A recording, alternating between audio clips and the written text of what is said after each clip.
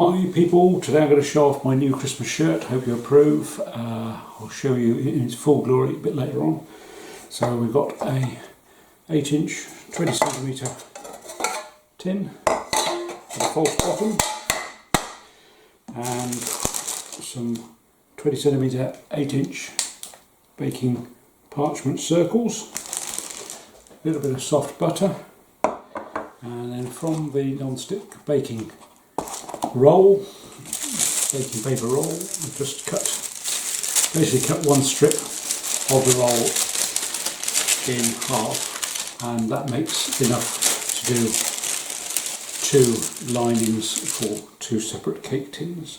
So what I'm going to do first of all is just going to use a bit of the soft butter. It's been on the side for a few minutes. I'm just going to grease the inside of the tin. Just got the baking parchment stick to it. This probably isn't in theory that necessary, but old habits die hard, and so I'm going to do that. That's all nicely covered. Get rid of that. And then this is the non-stick baking paper, which I've split the big sheet in half and cut it to the length of the circumference of the cake tin, and then I just literally fold it in half. And then what I'm going to do is I'm going to put it in the tin with the folded side uppermost, because then it'll hold together better. You need to cut the baking paper just a sort of inch or 2 longer than the actual circumference of your tin, and then they will overlap. This is actually a little bit longer, but it doesn't really matter that much. And then into the bottom I'm going to put 2 of my 8-inch 20cm circles of baking parchment into the centre there. To some degree that will hold the baking paper at the side up. Don't worry too much about the baking paper around the side at the moment if it doesn't sit too tidy, because once you start putting the cake mix in, you can just push it out so it's all nice and neat at that point.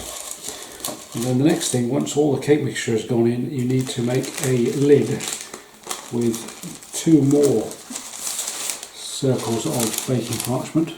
And then what I do is I normally just fold them in half, and roughly near the centre I cut a little triangle out there, about 1 centimetre deep, and then those, once the cake mix is in, just sit like that in the top of the tin, but just make sure that the baking circles don't touch too much of the top, or ideally any of the top of the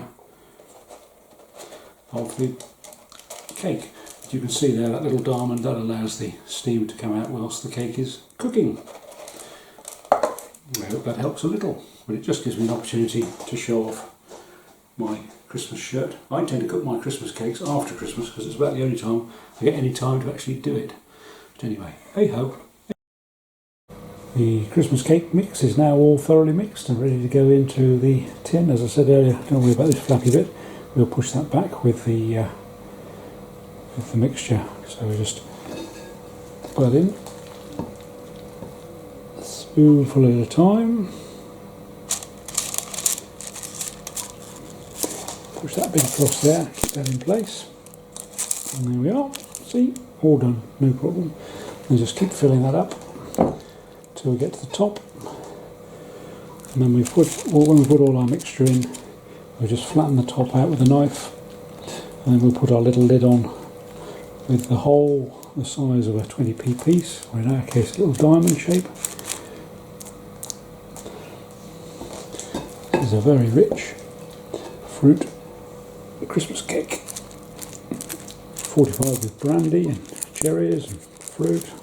It's now going to go in the oven for about 3 hours, 2.5 to 3 hours.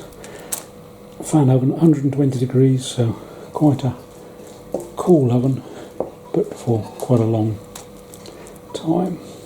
But hopefully that will mean it won't burn. It should just cook quite nicely.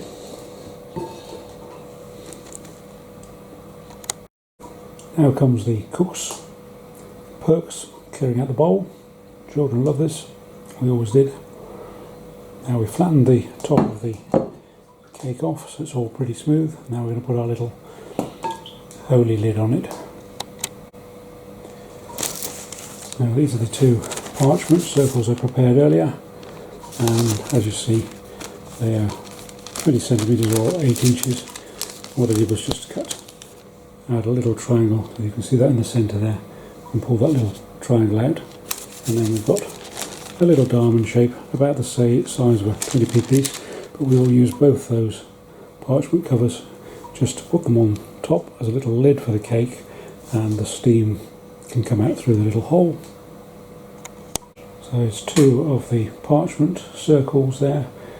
It says to place it on top, and so it doesn't actually touch the surface of the fruit cake, but I usually find that easier said than done, so I've never had that many disasters yet, but so try and keep it as loosely fitting on the top of the cake. Now I've got my skewer for later on, so basically we're going to pop that into a preheated fan oven of 120 degrees, so quite a cool oven, for 2.5 to 3 hours. So initially we'll put it in for 2 hours, and then we'll put the clean skewer into the centre of the cake after about 2.5 hours, just to see if the skewer comes out clean, then the cake is cooked. If it's not, then we'll probably put it in for another half an hour, total of 3 hours, and try it again, and by that time hopefully the skewer should come out clean. I normally find a maximum of 3 hours is plenty. Here we are, fresh out of the oven, been in there for about 2 3/4 hours. Needn't to worry about the top, because as it's this parchment it hadn't stuck. That looks nicely mixed, so we'll turn that out onto a rack so it can cool and dry out thoroughly, and then we'll either wrap it in greaseproof paper and keep it for another day, or we'll probably just finish it off with the marzipan and icing and make it into a traditional Christmas cake, ready for New Year's Day. Here we are, there's our rich fruit Christmas cake. Not very thick, about 2 inches or so, but all the fruit and everything's nicely mixed in, and hopefully that should be nice and moist as it's been cooked nice and slowly for about 2 3/4 hours or so.